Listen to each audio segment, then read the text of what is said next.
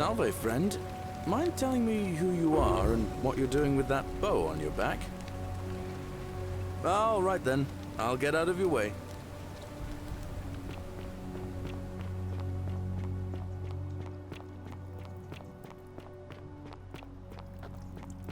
Ixion turns.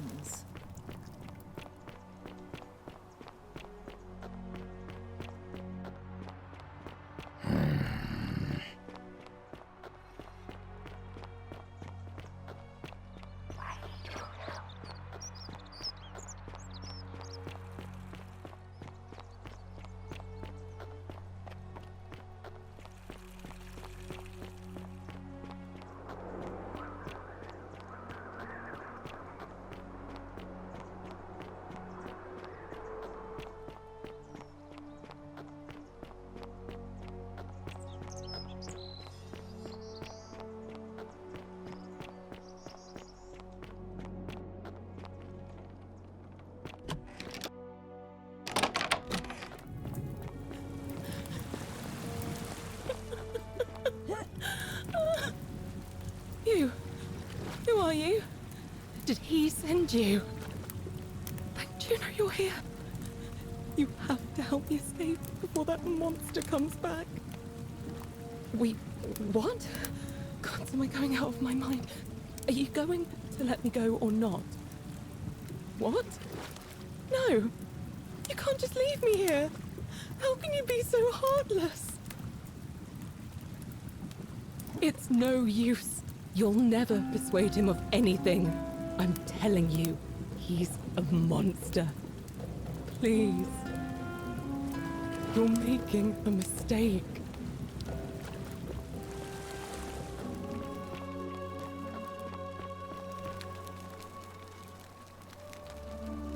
I thought I told you to get out of my villa. I'm bored with you.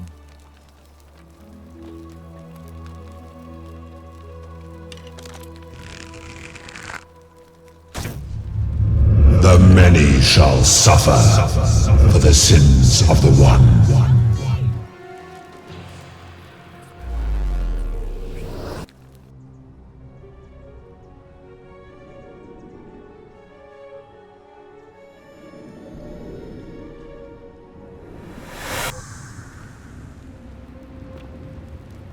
Oh. Hi there. Gave me a bit of a fright. Thought I was in here alone. I'm Al. Well, here I am. I'm sorry, I didn't catch your name. Funny you should ask. I was just reading an old tablet I found here. Well, trying.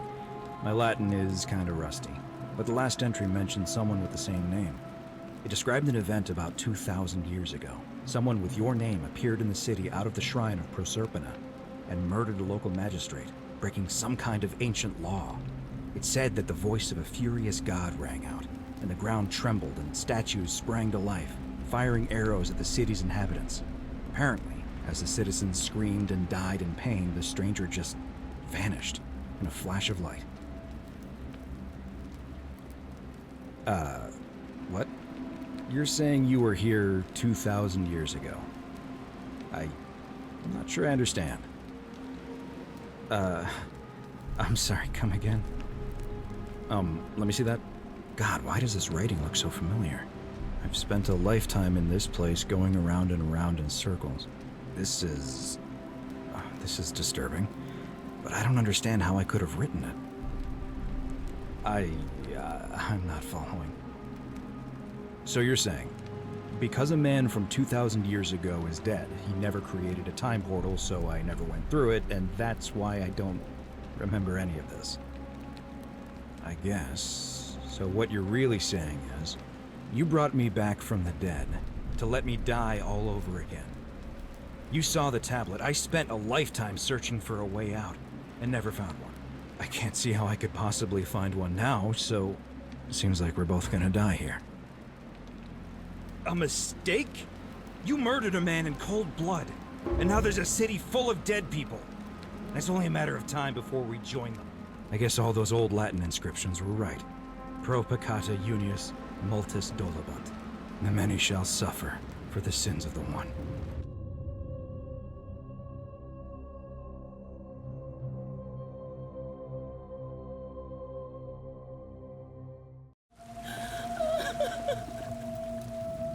You're back. Have you come to let me go this time? Oh, thank you. Now follow... Wait. Did you hear that? He's here. He must be coming in through the door behind me. You distract him. Stay right here and keep him talking while I look for something I can use.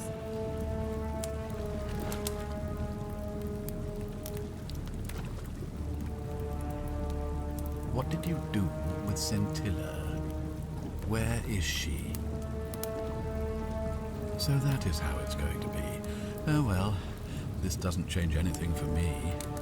So, you discovered my secret. So what? What are you going to do about it? Why? Isn't it obvious? Because I have grown attached to all this. My title, my beautiful villa, the sun on my face, the music of birds chirping.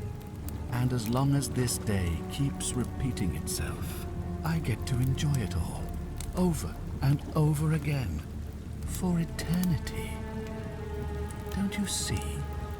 I have found a way to prolong my life indefinitely, to cheat death. I have become, in effect, as immortal as the gods. Can you honestly say you would not wish the same for yourself? Of course. There's no way you could have succeeded. Every soul who has ever found themselves here has broken the golden rule eventually. It is inevitable. Man will always sin sooner or later. Any idiot could tell you this, but where others might see tragedy, I saw opportunity. As I told you the first time we met, I found a way to cheat death by reliving the same day over and over again forever. And I will continue living long after your dust. Do you really think you can take on a Decurion with that flimsy little bow? Who? Scintilla? Where is she? I'm right here, Father.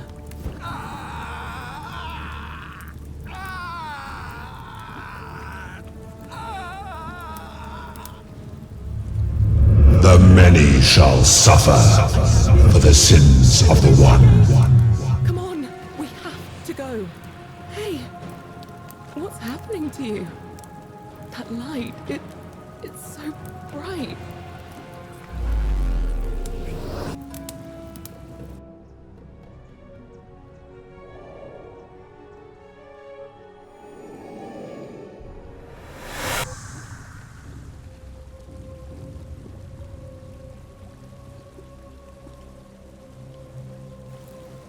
Hi there. Gave me a bit of a fright. Thought I was in here alone. I'm Al. Well, here I am. I'm sorry, I didn't catch your name. Funny you should ask. I was just reading an old tablet I found here. Well, trying. My Latin is kinda rusty, but the last entry mentioned someone with the same name. It described an event about 2,000 years ago. Someone with your name appeared in the city out of the shrine of Proserpina. Freed an imprisoned woman named Scintilla, who then murdered her captor, breaking some kind of ancient law. It said the attack caused golden statues to come alive, hunting down everyone in the city and turning them into gold. Apparently, the only person to survive was Scintilla, while the stranger disappeared in a flash of light. What? You're saying you were here 2,000 years ago? I'm not sure I understand. I'm sorry, come again? Let me see that. God, why does this writing look so familiar? I've spent a lifetime in this place going around and around in circles. This is disturbing, but I don't understand how I could have written it. I'm not following. So you're saying, because a man from 2,000 years ago is dead, he never created a time portal, so I never went through it, and that's why I don't remember any of this. I guess you saved my life then, as well as helping that poor woman to escape. That's a lot to take in. Maybe we can escape through the same aqueduct Scintilla used, if we can find it.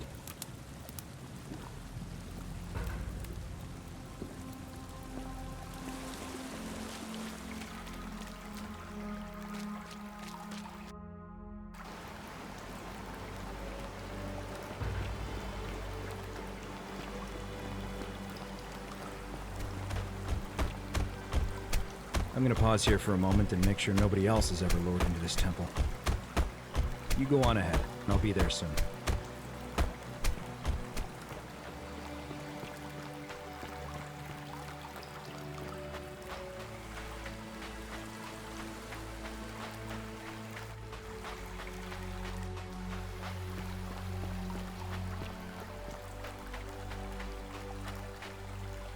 You're back! But you're alone. Does that mean you didn't find Al? Oh, what a relief. Thank you so much. I was beginning to think you'd both become trapped in there. Why don't you tell me what you discovered while we wait? Ah, I see. I thought you might. Well, now you know. I suppose you have questions.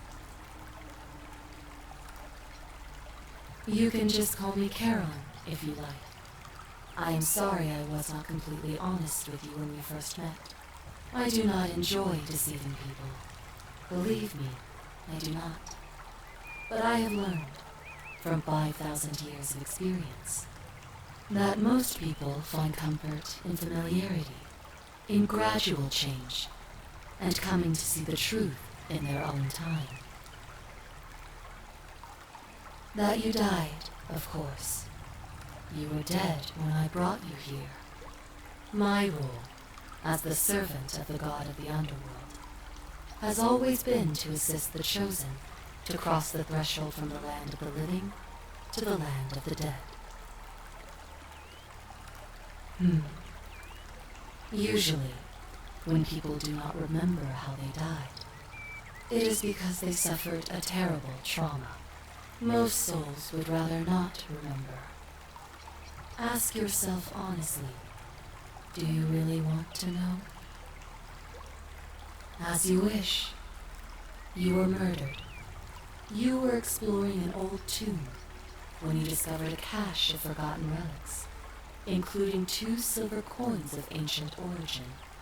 Unfortunately, as you emerged into daylight, you were set upon by 2 thieves. A nearby hiker saw the scuffle break out and leapt to your aid, trying to help you recover your bounty. You both fought bravely, but your assailants were armed, and you were not. There was nothing you or your ally could have done. He died instantly at the scene, and you followed a few hours later. That man's name was Al Worth. You were each in possession of a sacred coin, called Karen's Opal by some, and so it was my duty to bring you here. Perhaps you have heard the tales of the Greeks and Romans burying their dead with a coin in their mouths, to pay the ferrymen for passage across the river. Well, those stories contained a seed of truth, but not any coin would do.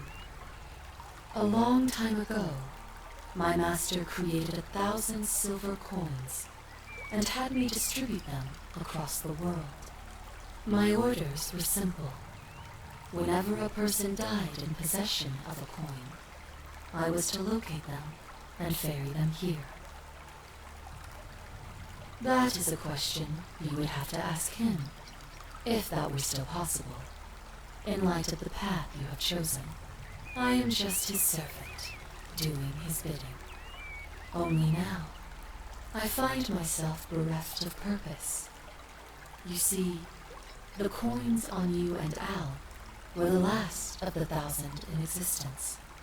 There is nobody else to ferry here, nobody to keep you company. After 5,000 years, the underworld has finally run its course. I see no point in keeping you here, but I have to ask one thing, that you keep this to yourself. Look! Here comes Al now! Al! It's so good to see you. You were gone so long I thought I'd never see you again. Kinda lost track of time in there. You wouldn't believe what we found. The ruins of a long-forgotten city. And there was a tablet describing an event 2,000 years ago. Supposedly, the city was destroyed when a woman murdered a tyrant with the help of, well, my new friend here. I know how crazy that sounds. Maybe not that crazy. That woman. I don't suppose her name was Scintilla? How could you... What? She left a tablet of her own. I stumbled across it while I was waiting here. I think she meant for you to read it. Here, take a look. I don't know what became of you, or if you'll ever read this, but I want you to know that I will never forget you, or what you did for me. It pains me that so many dear friends were not so fortunate. Ulpius, Sentia, Lucretia, Horatius, Galerius, poor Dooley, and the others. But please understand, their blood is on my hands, not yours. I will live with the consequences of my actions, and all I can do is move forward, trying to show others the same compassion you showed me. I promise you that saving my life will not be for nothing. Scintilla.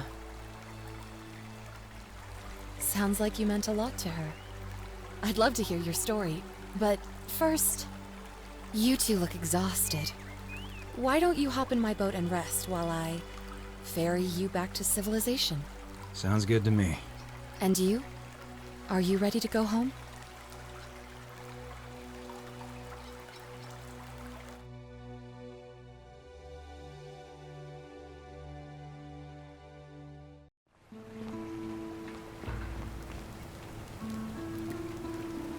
Salve, friend. Mind telling me who you are and what you're doing with that bow on your back? What? That's a big ask. But something tells me you're not kidding. All right, I'm gonna stick my neck out and believe you. But I doubt I'll be able to gather more than a handful of people.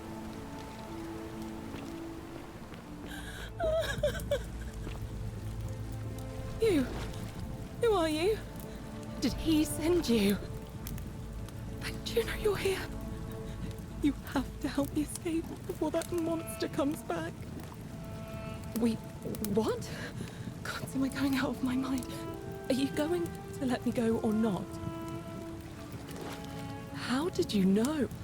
Wait, did you hear that? He's here. He must be coming in through the door behind me. You distract him. Stay right here and keep him talking while I look for something I can use.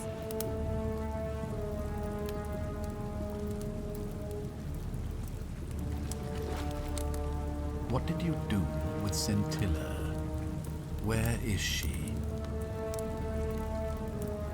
So that is how it's going to be. Oh well, this doesn't change anything for me. So, you discovered my secret. So what? What are you going to do about it?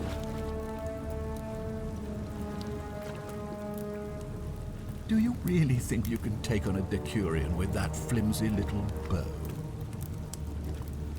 Who? Scintilla? Where is she? I'm right here, Father.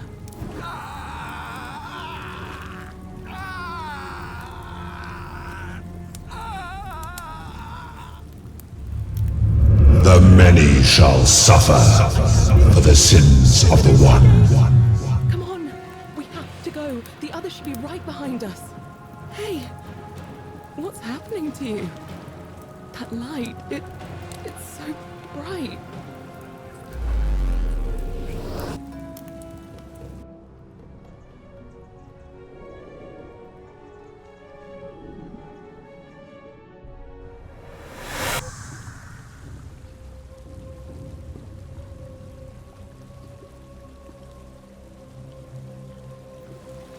Hi there.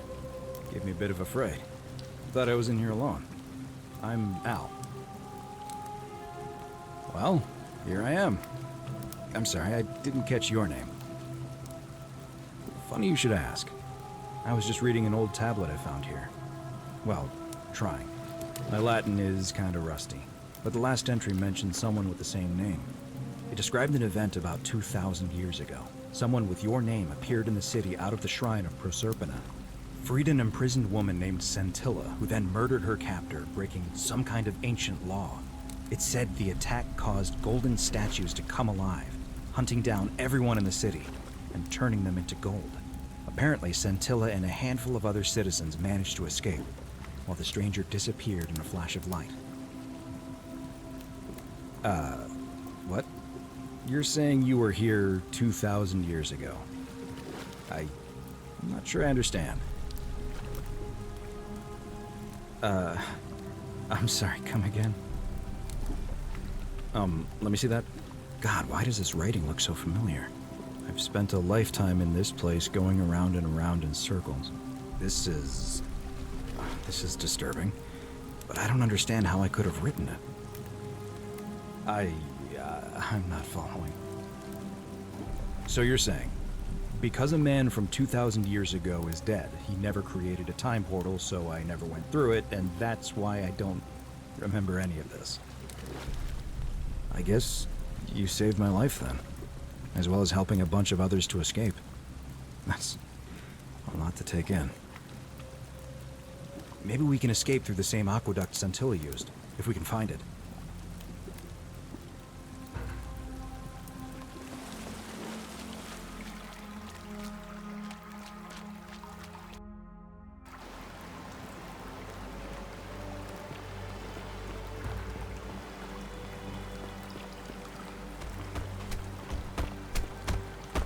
I'm gonna pause here for a moment and make sure nobody else has ever lured into this temple.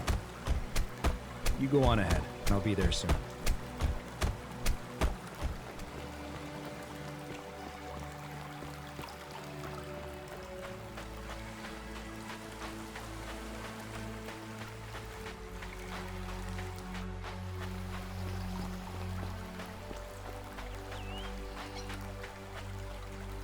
You're back!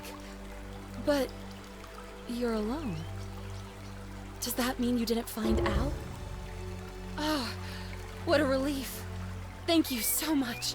I was beginning to think you'd both become trapped in there. Why don't you tell me what you discovered while we wait? Really? Sounds amazing. And did you... Oh, look! Here he comes. Al! It's so good to see you. You were gone so long I thought I'd never see you again. Kinda lost track of time in there. You wouldn't believe what we found. The ruins of a long-forgotten city. And there was a tablet describing an event 2,000 years ago. Supposedly, the city was destroyed when a woman murdered a tyrant with the help of... well, my new friend here. I know how crazy that sounds. Maybe not that crazy. That woman. I don't suppose her name was... Scintilla? How could you... What? She left a tablet of her own. I stumbled across it while I was waiting here. I think she meant for you to read it.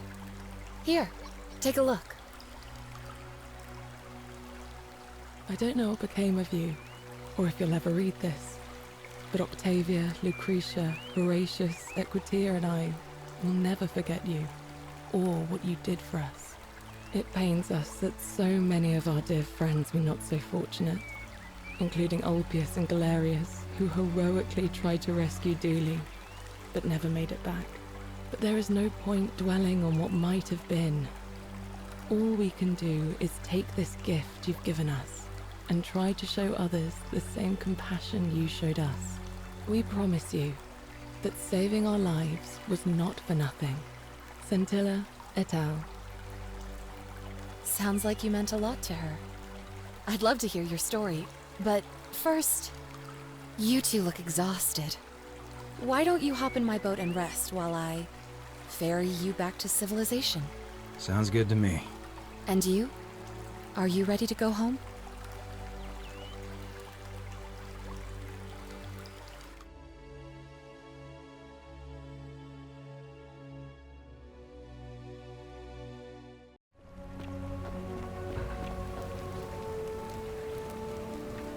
Salve, friend. Mind telling me who you are and why you look like you've just taken on a gladiator and lost? Oh, sounds serious.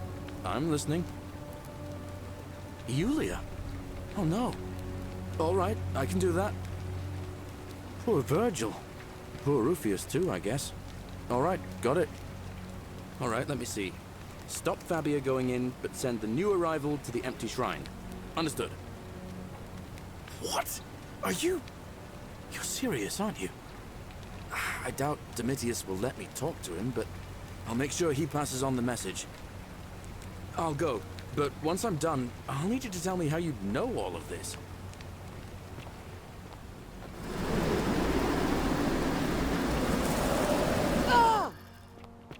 I hope you're taking care of yourself.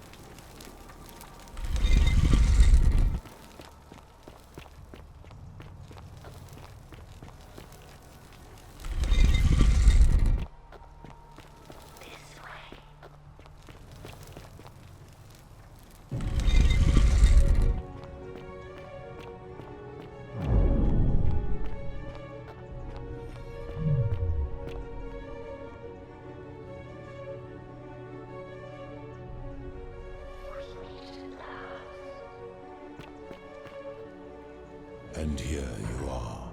Allow me to introduce myself. As you have already gathered, I've been known by many names. Nergal to the Sumerians, Osiris to the Egyptians, Hades to the Greeks, and Pluto to the Romans. But the one constant through it all has been my title, God of the Underworld. And I've been watching you with curiosity, mortal, ever since your arrival. You're unlike the others, aren't you? And what is more, you carry a weapon that was never intended for mortals to wield, and you do it so gracefully. But there will be time for your reckoning later. First, as a reward for undoing the desecration of my obelisk, I will allow you to satisfy your curiosity. Ask what you will. My story is many thousands of years long. You will need to be more specific. What do you wish to know? It is a matter of perspective. God is a label I was given by you mortals, not one I gave myself. Your ancestors revered me because to them, my knowledge and technology made me incomprehensibly powerful, just as you might seem so to an insect. But despite all that, there are rules even I must obey. My kin and I all adopted this form long ago, so that we might better understand and communicate with your kind. In time, we grew fond of the sensory delights it affords: desire, joy, ecstasy, even rage and sorrow, while an acquired taste can be addictive. No. Long ago, I swore to Persephone that I would remain in this form for as long as we remained among your kind. I must honor that. This is my beloved. Like me, she has been known by many names. Ereshkigal to the Sumerians, Isis to the Egyptians, Persephone to the Greeks, and Proserpine to the Romans. Or perhaps you might know her as the goddess of springtime, the cycle of life and renewal.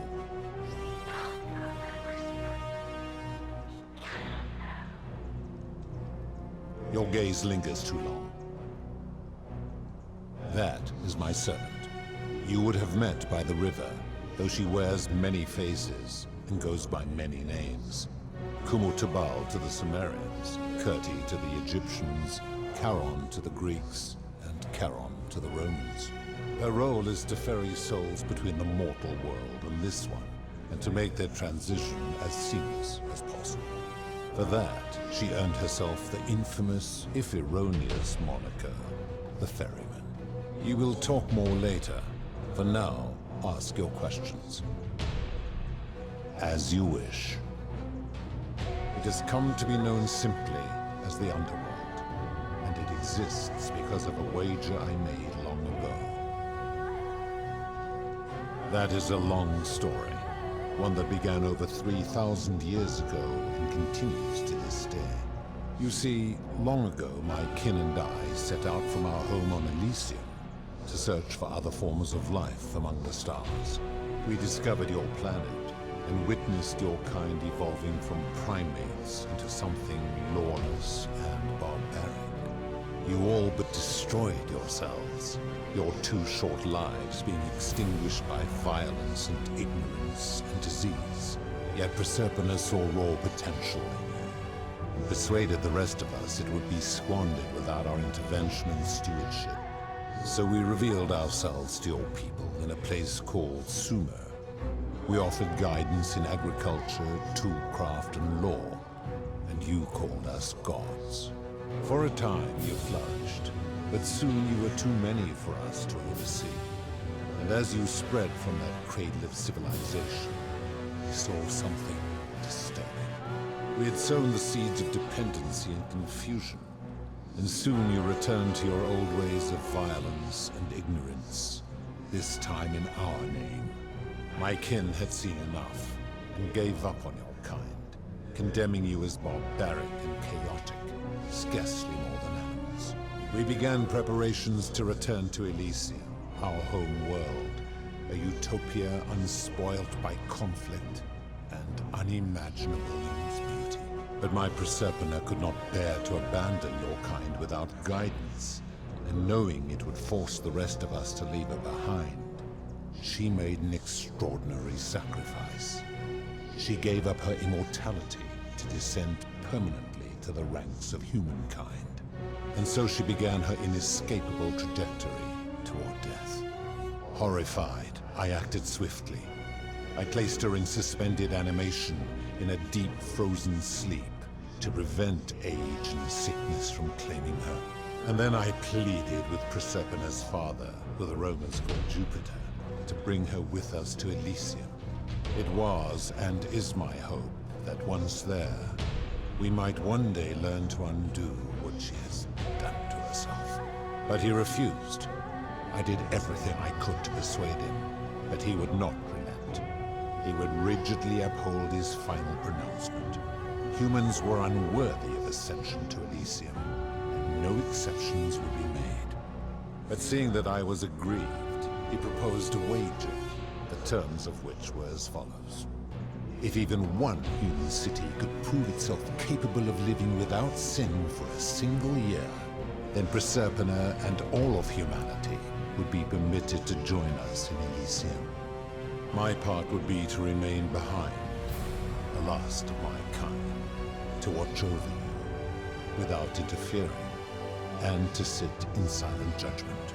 And so my reward has been to languish here, enduring a 3,000-year winter, waiting for the day your kind proves itself worthy of her faith in you, so that I might take her with me to Elysium and unthaw my goddess of springtime.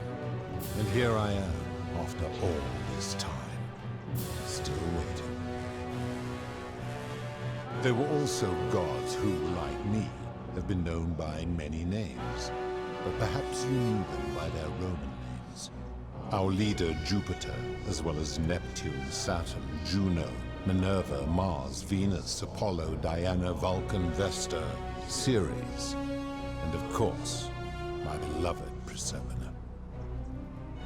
As the first wave of your kind arrived from Sumer, I had them build a city in their own fashion, so that they might be comfortable and recreate their lives here. I had them build the entrance as a vertical shaft leading to baths to cleanse them of the sins of their former lives and to prevent escape. I watched wave after wave of Sumerians arrive, and as their civilization declined over the centuries, they were replaced by Egyptians. Of course, believing themselves to be the superior civilization, the Egyptians promptly built over what had been built before and made all the same mistakes. After another 1,000 years, the Greeks began to arrive, and then the Romans, and they all did the same thing. They built upon the underworlds of their predecessors, renamed their gods, and ensured their foundations were forgotten. To ensure the wager was fair, it was important that my subjects were chosen at random. To this end, I had my servant distribute 1,000 tokens fashioned from silver, a rare element at the time, across all of Sumer. Whoever died while in possession of one of them would be located by my servant and ferried to this place, with no memory of how they arrived. As the tokens were discovered, they were traded, smelted, and fashioned into trinkets, and eventually coins, spreading to Egypt like seeds on the wind. Later, when they spread to Greece, they would come to be known as Charon's Obol, or as coins for the ferryman. Some placed coins in the mouths of their dead, hoping they would awaken here, though they had no way of knowing which coins were fashioned from the original tokens. In fact, almost all of the tokens are accounted for, only 2 remain. And so after this wave destroys itself, as it is destined to do, your kind would have squandered the last of its potential to ascend beyond this rock, and Persepolis along with it. It is a regrettable story. One of the first men who came to this place was a king of Sumer and a troublemaker. To be rid of him, I returned him to his people, on the condition that my servant erased his memories of this place. But the erasure did not take completely, and he told stories of this place as if describing memories of a dream. His tales were committed to writing, which came to be known as the Epic of Gilgamesh, and his words were twisted and distorted over generations. Later, the Egyptians would adapt Sumer's stories of the underworld, making them wildly intricate and labyrinthine. Their Book of the Dead and Book of Gates bore less and less resemblance to this place in their priests' pursuit of profit. Then, when the Greeks began to arrive, they proved far more cunning, and in a series of incidents that will not be repeated, 5 of them escaped. A warrior named Heracles, 2 kings named Sisyphus and Theseus, a poet named Orpheus, and a Trojan named Aeneas. They each told embellished tales of this place, how to get here, and how to escape. And so from Sumer to Egypt, Greece to Rome, your kind has always told each other stories about this place, though each story contained only a seed of truth. Of course, that is merely the name your people have given to it, but yes, it is my doing. That is a story dating back to the very first wave, after the Sumerians finished building their city. The self-declared ruler threw a banquet to celebrate. Now this man was unmarried, and many women were vying to become his wife, a prestigious position of power and influence in a new world. Of all the women, 2 were particularly ambitious. Both were beautiful, and both arrived at the banquet wearing eye-catching dresses and painted faces, their hair woven in elaborate fashion. The first woman, recognizing that she would require an advantage to win the groom's affection, draped herself in jewelry, ornate necklaces, bracelets, and rings fashioned from gold. Seeing this ostentatious display, the second woman grew envious, for she had no such jewelry at her disposal. She prayed aloud to any gods that would listen to cover her in gold, and when her prayer went unanswered, she took matters into her own hands. While the others indulged at the banquet, the second woman summoned the first for a discussion in a quiet place. She checked that nobody was watching, and pushed her rival from the top of the ziggurat, where she broke her neck on the rocks below. But I was watching, and I decided to answer her prayer. I took the golden bow left behind by Diana, and I shot that woman in the heart, covering her from head to toe in a layer of molten gold. And I left her to stand there, that she might serve as a grim reminder of what befalls those who sin in my domain. But that was not enough, for the entire city was tainted by her sin, and the wager could no longer be won. So I had no choice but to wipe the slate clean. clean. I gilded them all to make way for a new wave, and began the wager again.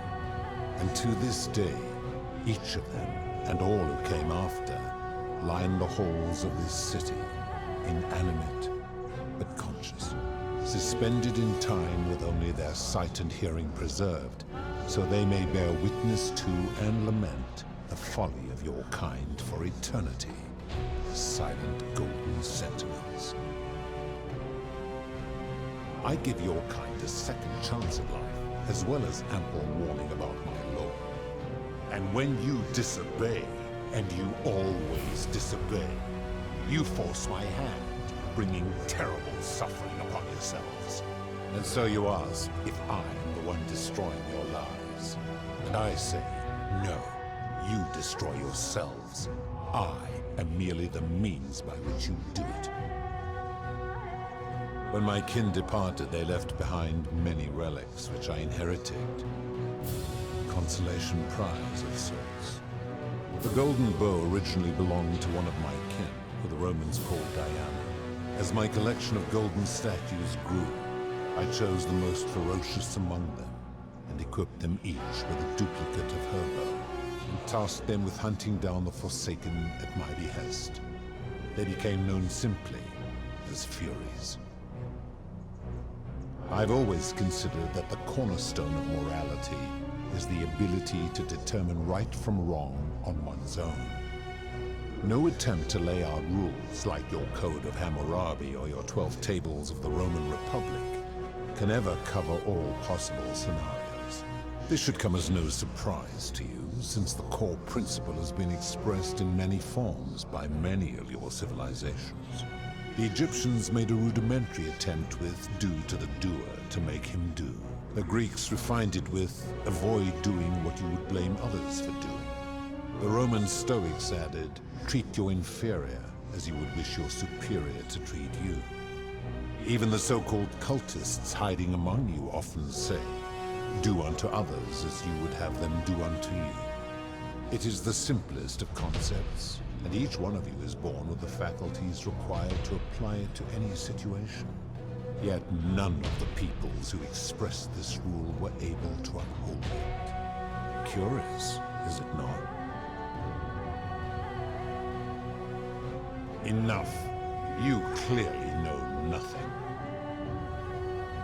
I'm able to commune with all of the statues in the city. Their ears are my ears, and their eyes are my eyes. If she was still conscious, I suppose she could, but she's not. Why do you ask?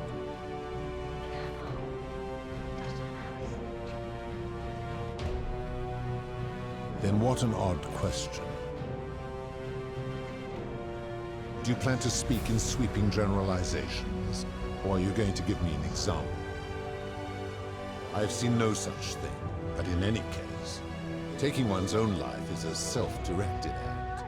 It is not one that is done to others, however they may be affected by it. Therefore, it cannot be said that one who commits suicide has done anything unto others. Now tell me, what other sins do you believe I have overlooked? The merchant. How is that inconsistent with the rule I have outlined? I disagree. Having watched this merchant, that is precisely what he would expect from others, and he would be quite capable of paying the price anyway. Now tell me, what other sins do you believe I have overlooked? Ah, the tavern keeper, yes? How is that inconsistent with the rule? I disagree. Having watched that tavern keeper, that is precisely what she would expect from others. She would view it as a game, one she intends to win. Applying this rule always requires speculation to some degree. It requires us to ask what another person would want if they found themselves in another situation. Not if we're wise enough to know the mind of man. Supposing you're right, then my law has been broken, and I should turn you all to gold immediately. Is that what you want? Now tell me, what other sins do you believe I have overlooked? You speak of the moneylender. How is that inconsistent with the rule? And he would never have signed a contract pledging his labor for 30 years. All he did was enforce the terms of a contract signed voluntarily by others. Ignoring your irritating sense of moral superiority, this is interesting. I'm curious, how do people escape poverty where you're from? I see. And how long might it take such a person to repay their debt? I fail to see how your system of loans is significantly different to a debt bondsman signing over his labor for 30 years. Supposing you're right. Now tell me. The midwife and the palace, yes. How is that inconsistent with the rule? The rule is do unto others, meaning other people. Those statues are something else now. Bloodless shadows, mere shapes of their former selves. They are forsaken. What happens to them is no concern of mine. Applying this rule always requires us to interpret the meaning of the words. The literal interpretation helps to minimize the ambiguities of your primitive language. Supposing you're right, then... Now tell... Abduction? You mean the magistrate imprisoning his daughter in the cistern, I take it. He did so because she sought to escape. A sin I take particularly seriously. Better that he stops her from escaping, albeit brutishly, than I have to wipe out this entire city to punish her. Wouldn't you agree? Now tell me, what other sins do you believe I have overlooked? Do you honestly think you could do better? I should strike you down for that. Now, did you have any other questions before your reckoning? Very well. Good. Then now it is time for your reckoning. Only, it seems, something is wrong. It has long been within my power to see into the hearts of mortals and weigh their deeds in life. But when I peer into you, I see only a blank slate, as if you did not exist until you appeared in this city. How is this possible? Charon, where did you find this one? I do not remember ferrying you. How did you come here?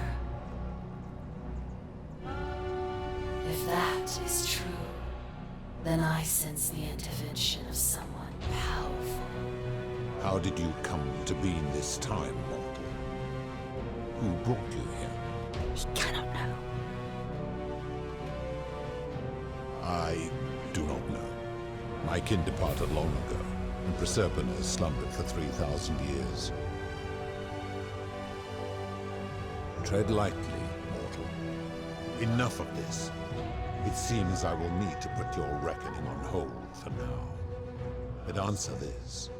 Why have you come here? What is it you seek?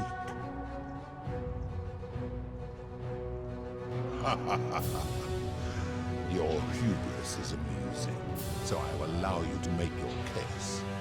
But I warn you, if you anger me or waste my time with lies or wrong-headed arguments, you face death here. So, tell me, why should I put an end to the so-called Golden Rule?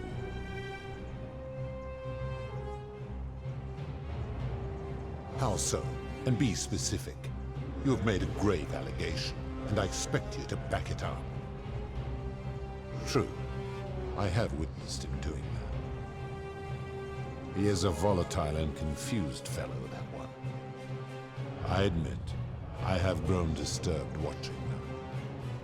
His cruelty does seem to grow greater by the day. If you're right, my involvement has corrupted the very thing I sought to observe impartially. But if I were to accept that, are you telling me these humans could coexist peacefully, without theft or violence, without my law? How so? And how is that working for you?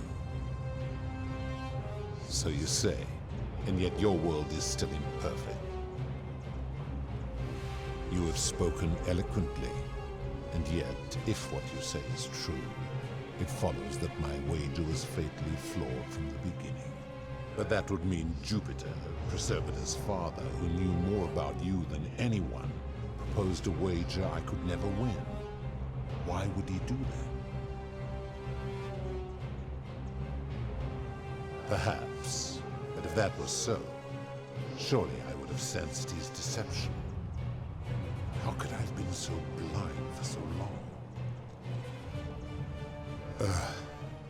Your words sting me, mortal. But perhaps it is what I deserve. As difficult as this is to admit, I have suspected as much for a long time now. And I cannot deny it any longer. I've been so fixated on taking my beloved to Elysium that every time one of you sinned, it wore away my hope of being with her again. In time, I began to despise your kind for making her believe that you could ever be better than you are.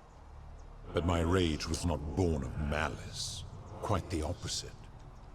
Everything I have done, I did because I loved her. Who knew this empathy of yours, which you celebrate so much, could have such a dark underside? This has gone on too long. It is time for me to let go of this form, of her, of all of you. But know this, if I abandon the wager and leave for Elysium, neither she nor your kind may ever ascend. Very well. I will have Charon make arrangements to ferry the others. But as for you, be aware you will be separated from the rest. Once this exodus begins, the events that brought you to this moment will never have taken place, and you will have created a paradox. What will become of you is difficult to predict, but that is the risk you have taken by interfering in the natural flow of time. Now, are you ready? Farewell, mortal.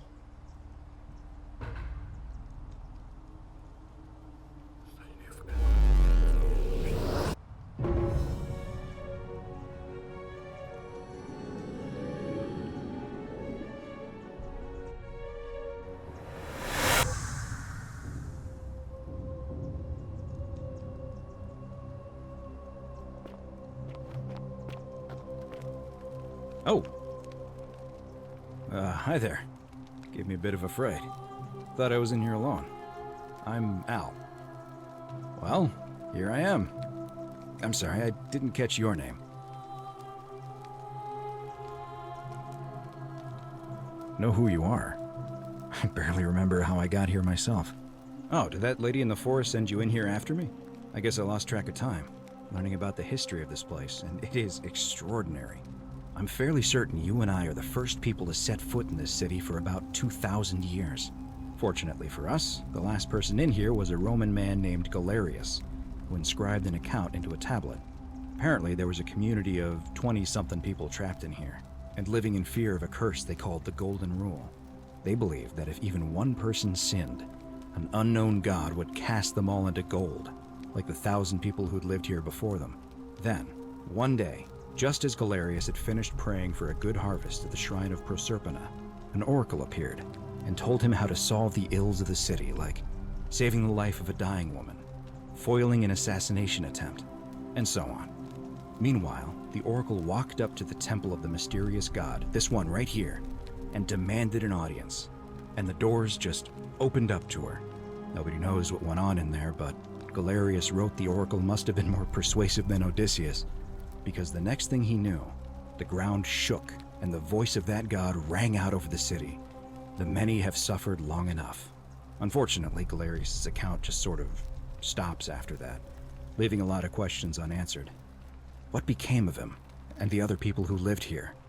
What happened to all the golden statues? And did this mysterious oracle single-handedly undo the curse that had terrorized people for hundreds of years? What? Oh, I see. For a moment there, I thought you were serious. Anyway, I think I found a way out through the aqueduct that brought water into the city. Follow me.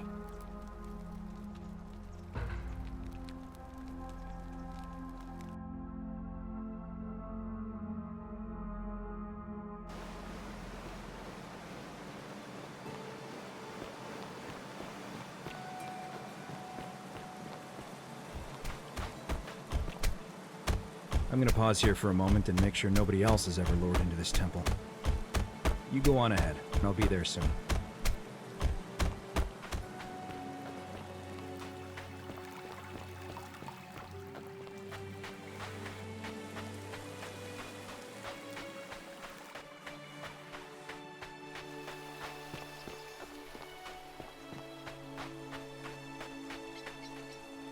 You're back! But you're alone. Does that mean you didn't find Al?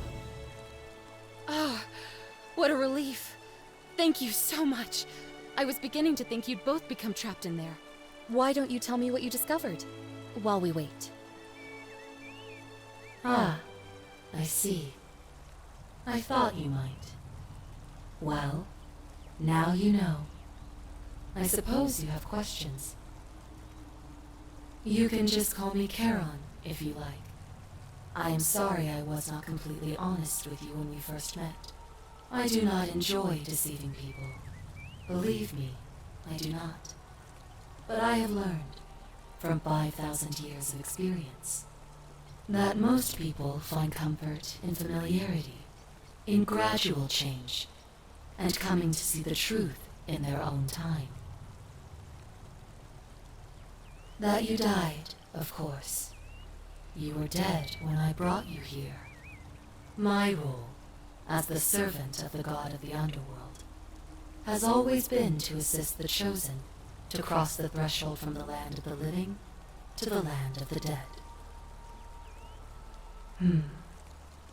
Usually, when people do not remember how they died, it is because they suffered a terrible trauma. Most souls would rather not remember. Ask yourself honestly, do you really want to know?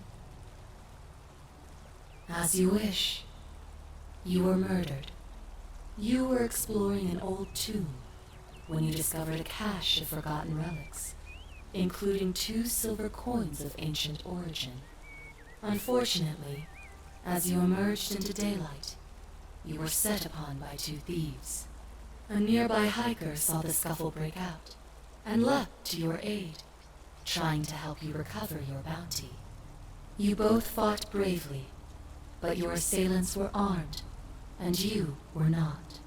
There was nothing you or your ally could have done. He died instantly at the scene, and you followed a few hours later. That man's name was Al Worth. You were each in possession of a sacred coin, called Charon's Opal by some, and so it was my duty to bring you here. It means I am now bereft of purpose. There is nobody else to ferry here, nobody to keep you company. After 5,000 years, the underworld has finally run its course. Perhaps you have heard the tales of the Greeks and Romans burying their dead with a coin in their mouths to pay the ferryman for passage across the river.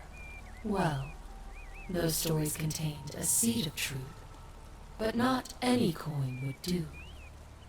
A long time ago, my master created 1,000 silver coins and had me distribute them across the world. My orders were simple. Whenever a person died in possession of a coin, I was to locate them and ferry them here. It means I am now bereft of purpose. There is nobody else to ferry here, nobody to keep you company. After 5,000 years, the underworld has finally run its course. I see no point in keeping you here. But I have to ask one thing. That you keep this to yourself. Look! Here comes Al now. Al! It's so good to see you. You were gone so long I thought I'd never see you again. Kinda lost track of time in there. You wouldn't believe what we found. The ruins of a long-forgotten city. And there was a tablet describing an oracle who confronted a god and undid an ancient curse. Sounds like quite a story. And I look forward to hearing all about it. But you two look exhausted. Why don't you hop in my boat and rest while I ferry you back to civilization? Sounds good to me. And you? Are you ready to go home?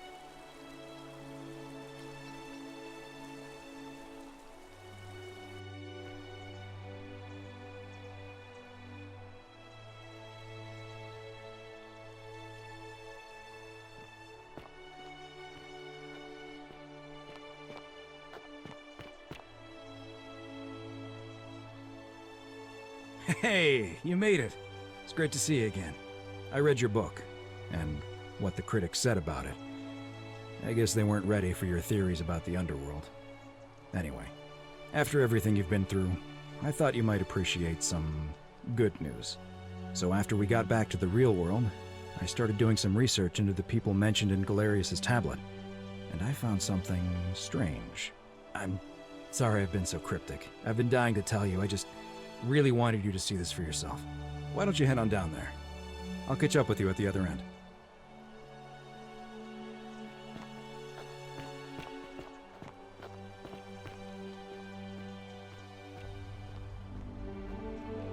You're finally here. Remember me? It's a crazy story. After you disappeared, Karen appeared and told us she was returning us to the world. Even gave us some coins to help us start our lives over. Only, for some reason, she returned us to your world instead of ours.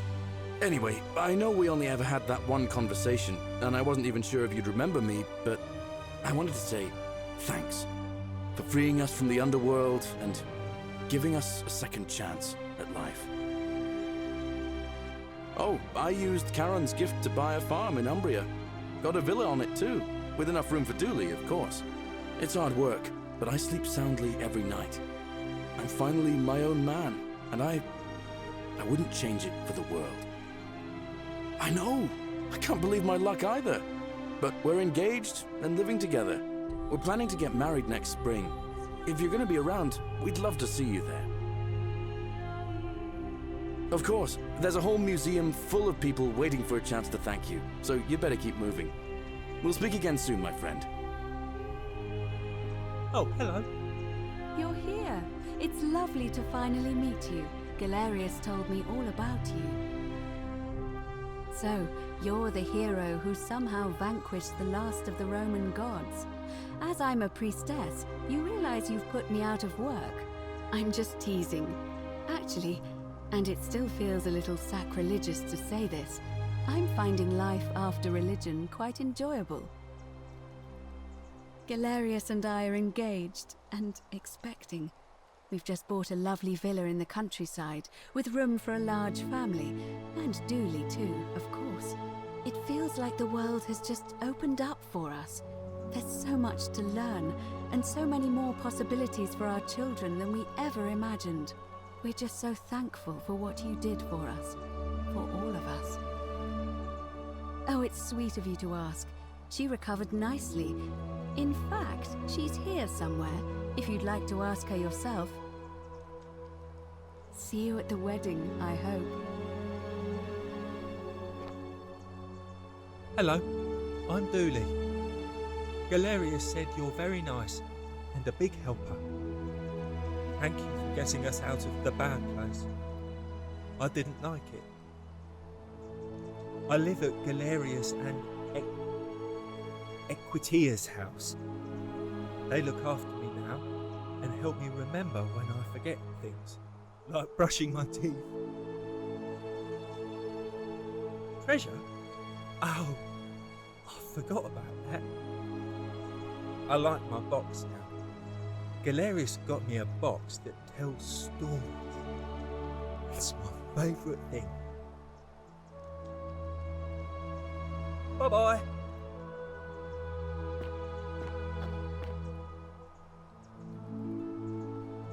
Hi there, I'm Horatius. I understand we have you to thank for giving us a second chance at life, and reuniting Scintilla with us as well.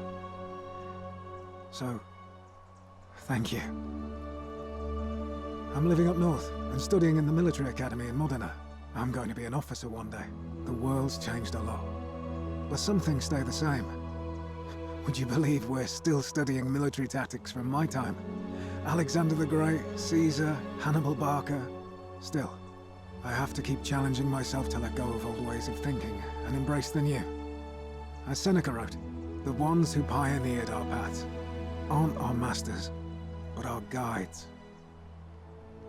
Ah, you remembered that. Thank you. I grieved for a time, but that's done. In the words of Epictetus, as those who rode behind triumphant generals remind them they are mortal, remind yourself your precious one isn't one of your possessions, but something given for now, not forever. Thanks. Oh, and I don't know if you've heard, but a few of us are going for drinks later. It'd be nice to, chat with you some more. Great. He's not my... Oh, I see what you did there. Good one. He had more trouble adapting than most. He got himself disqualified from the UFC, so he started some kind of underground blood sport tournament, like we had in Rome. Suppose it appealed to people's baser instincts. And they say he made some good coin, killing a bunch of men like that. But his luck finally ran out, and his life along with it. You know what they say. Live by the sword, die by the sword. You're not wrong. See you at drinks later, I hope. Hey. I take it you're the Oracle. Thanks for coming. Actually, I changed my name to Cynthia. I didn't want to be associated with Sentius after what happened. I'm not sure if you heard, but after you drove Pluto off, Proserpina emerged from the Great Temple. She knew right away what none of us had figured out about that psychopath. He'd been keeping my little sister locked up in the upper cistern all that time. But he's been dealt with. He's... you know what? The important thing is, we'll never see him again. Anything I want. I'm a woman of means in a vast new world. I can go wherever and do whatever I please. Of course, I mostly just stay in my villa and have my servant Alexa summon things for me, because it's just awful out there. Barbarians everywhere. He's still there, all alone. The last golden statue in the underworld. Trapped in a metal shell, slowly losing his mind until the end of time. Eternal torment. Just what he deserves, if you ask me. Then I suppose he got his wish. You too. See you around.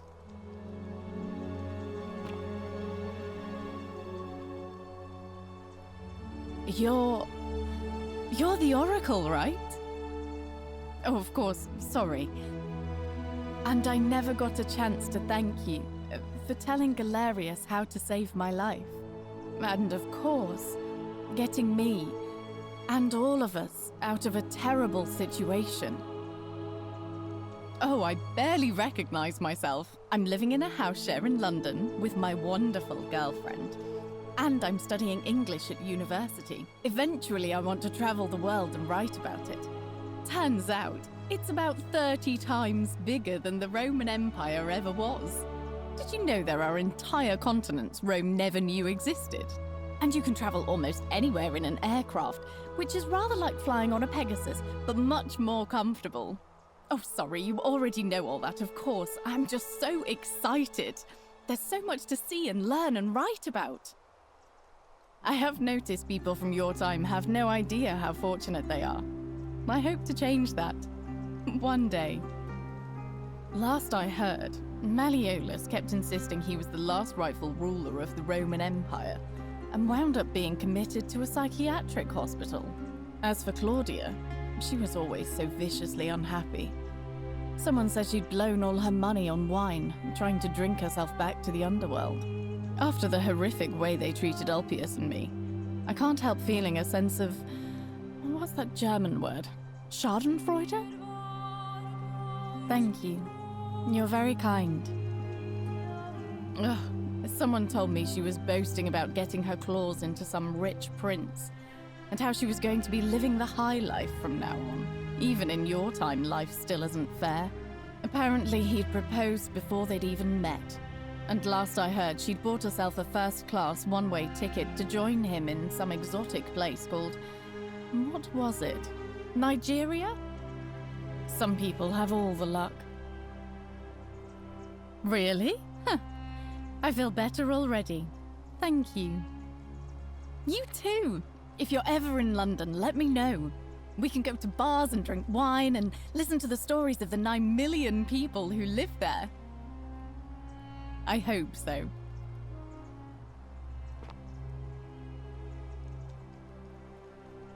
You are here. It's nice to finally meet you. Lucy is fine. I'm making an effort to blend in, as you can see. We are all trying to keep a low profile. If the world knew we died 2,000 years ago and were suddenly brought back to life 12 months ago, they'd never leave us alone. Speaking of which, I wanted to say thank you in person. I'd say the gods smile on you, but I hear you drove the last of them off. So... I'm studying to get into medical school. As much as I resented the responsibility of keeping everyone in the city alive, when it ended, I realized I missed it. So I guess I'll just keep saving the world, if begrudgingly, one patient at a time. You too, don't be a stranger.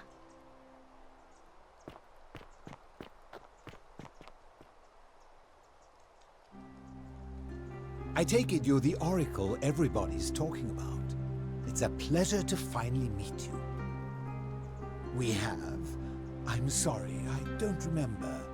In any case, I'm Philip. I never thought I'd leave that cave, let alone the city. And now I'm living in the 21st century. What a time to be alive. And it seems I have your catabasis to thank for it. I'm working as a consultant to the Faculty of Classics at Cambridge University, helping fill the odd gap in their knowledge. Not that I need the money, but I do love being around enlightened minds again. My sincere thanks once again.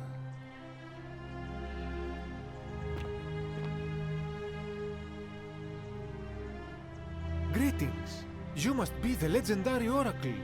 It is a sincere privilege to finally make your acquaintance. I am Georgius.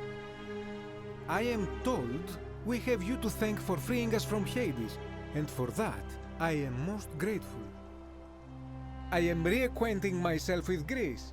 It has changed so much over the last 2,000 years, I barely recognize it.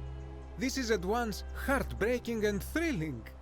Perhaps one day, once I have seen all of this new Greece and sampled her delights, I will settle down in Santorini in a villa overlooking the Azure Aegean Sea. I hope you will join me there and regale me with the story of how you faced off against the fearsome god of the underworld and won. You too, my friend. You're the one we've been waiting for. I'm Fabia. I wanted to say thanks for sending Galerius to save my life. I don't know how you knew, but I would have been crushed by that shrine for sure. I'm just so happy to be here with you and everyone together again, even if it's just for one more night. Well, it's not like I have to work with all the silver Charon gave me, so I just do what makes me happy. Mostly that means baking for my friends and looking at memes while binging TV shows in yoga pants. What a time to be alive. Thank you. I really am. You too.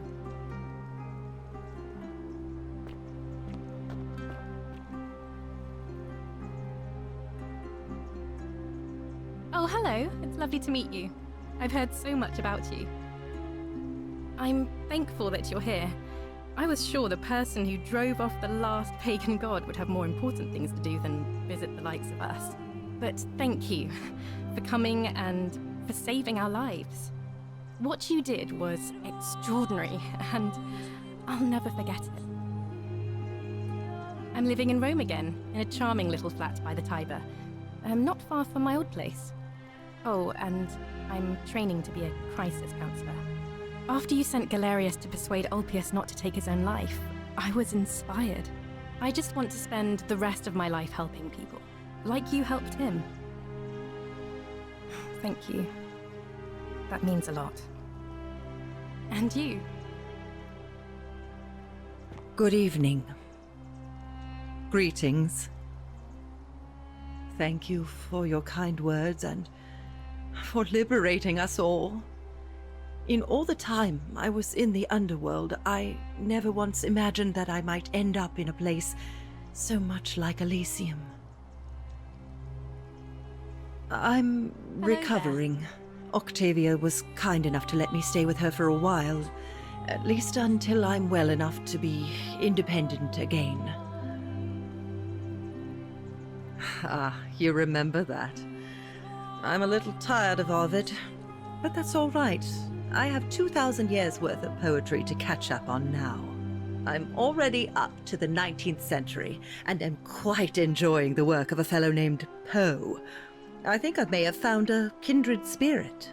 Men have called me mad, but the question is not yet settled whether madness is or is not the loftiest intelligence. And you, farewell, friend. Some soiree, innit? Ah, hello at last. You must be the oracle I've heard so much about. I'm Dacius.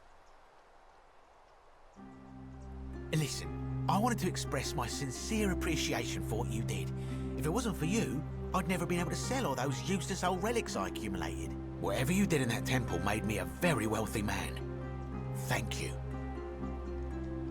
Such acerbic wit. I love it. I took the money I made from selling my trinkets and started investing in the stock market. That's where the real money is now. In fact, I was hoping to ask your advice, you being the oracle and future seer and all that, on which stocks I should invest in next. I can't decide between fossil fuels, tobacco, gambling and arms. What would you recommend? Oh, don't be like that. You can tell your old pal Dacius. I won't take no for an answer. Oh, of course, yeah. I was just thinking the same thing. I'll go home and buy up as much stock as I can tonight. I'm gonna make a bloody fortune. Of course, don't let me keep you. Thanks again for the tips, my friend.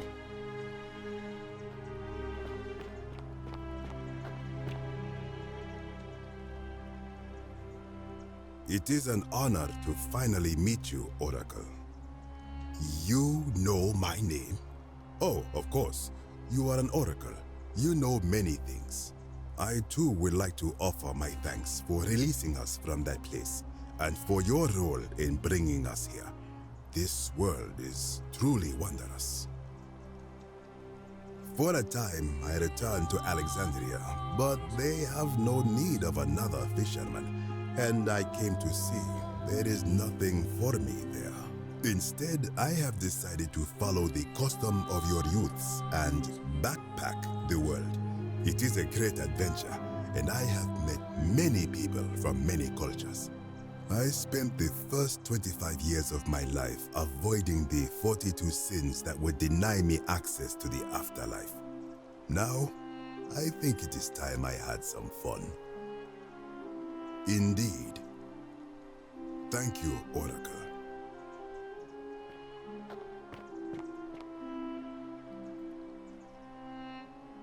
Nice to meet you. I go by Rufus now. New start, new name. Oh, and thanks, by the way, for what you did. Sorry, I'm no good with the mushy stuff. I live with Virgil in Rotterdam, not far from where he grew up. It's very modern. Destroyed in the war, and rebuilt itself. Good place for a fresh start. Haven't decided what I'm going to do with my life yet. One adjustment at a time. You too. Look us up next time you're in the Netherlands. We're grateful.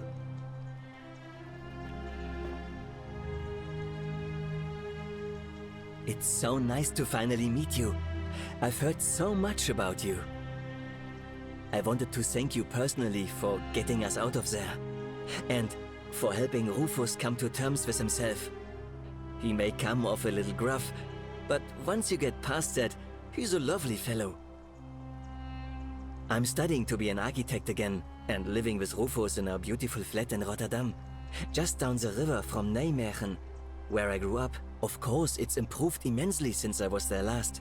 Gleaming futuristic buildings and clean streets full of educated, accepting people. You natives of the 21st century have no idea how fortunate you are. You too, as Rufus said in his own laconic way, if you're ever in the Netherlands, we'd love to show you around. It's the least we could do. Hello there. Oh, I go by Gabriella now.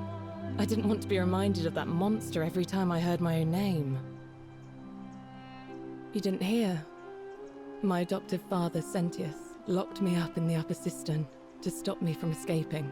After you drove Pluto off, Proserpina came and released me, and that monster got what was coming to him. I'm living with Ulpius on a little vineyard in Umbria. It's even more wonderful than I dreamed it would be. I'm so grateful to you for making sure he's still with us. If you're ever passing through the region, I hope you'll come and visit us. You can try some of our very own wine. Thanks. You too. It's nice to finally put a face to the name. I'm Ulpius. I understand I have you to thank for sending Galerius to save my life. The way you just showed up out of the blue and stopped me from making a terrible mistake, I'll be forever in your debt. I'm living with Gabriella in Umbria. We finally bought the little vineyard we always dreamed of. It'll be a little while before we know what we're doing, but every day I look at her and this extraordinary new world with all its beauty, and I think, what if I'd given up hope and missed out on all of this? So we're living each day to the fullest. And we end them all the same way, sitting together on our terrace with a glass of our wine, which the locals say is almost drinkable now, and watching the sunset over the rolling hillside. And I couldn't be happier. Thank you.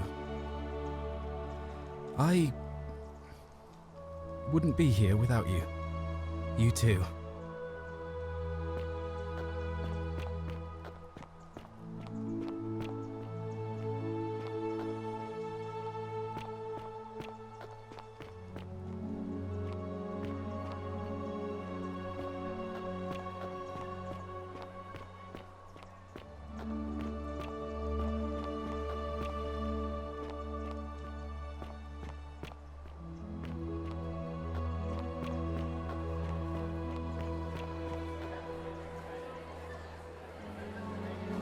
There you are. I hope you enjoyed that. Now, there's one more person I wanted to introduce you to. I think you know her. Sorry if I frightened you. Just a little joke I've been saving for a long, long time. Allow me to introduce myself properly. I am Proserpina, former goddess of the cycle of life and renewal, and now a regular mortal. I wanted to meet you in person, and thank you for freeing all these people, and me. I hate to think what would have happened to us without your intervention. Indeed. Suffice it to say that while Pluto was controlling the eyes and ears of each golden statue, I was able to control their tongues and whisper to you when he was distracted. I am sorry my messages were so cryptic. There were only ever brief windows in which I could speak to you without being detected. I did. I may have given up my immortality, but I still retain my gifts as the goddess of the cycle of life and renewal. After witnessing Pluto punish countless poor souls over thousands of years, I knew this generation, the final wave, would not survive. So I tried to give them a way to buy more time. A second chance. Rather, as many second chances as they needed to avoid his wrath. So I whispered to Sentius in secret, telling him the prayer required to create a portal in my shrine. I knew the danger of humans being corrupted by godly power, and so I put a safeguard in place. I required the creator of the portal to sacrifice their own life, so that it could only be used selflessly to help others. What I did not anticipate is that Sentius would retain his accumulated memories from each previous day, and as a veteran soldier he had long since shed his fear of death. He quickly discovered that he could, in effect, prolong his own life indefinitely by exploiting the cycle. Of course, once I had taught him the prayer, I could not unteach him, and there was little I could do but wait for someone like you to come along and see him for what he was. We were all fortunate you came along when you did. I don't know what happened to him. I haven't heard from him, and I rather hope it stays that way. Oh, she inherited dominion over the underworld. Last time we spoke, she was working on a new world of some kind. She wouldn't say what it was, but I'd be surprised if you don't run into her again. I imagine we all will, one day. And you, although it feels like I've known you forever. Oh, and one last thing. Do you remember all those golden statues scattered throughout the city? Good, because they remember you. Well done, my friend. Of all the heroes who ever journeyed to the underworld and returned, none came close to achieving what you did. Hercules, Orpheus, Theseus, and Aeneas would be proud.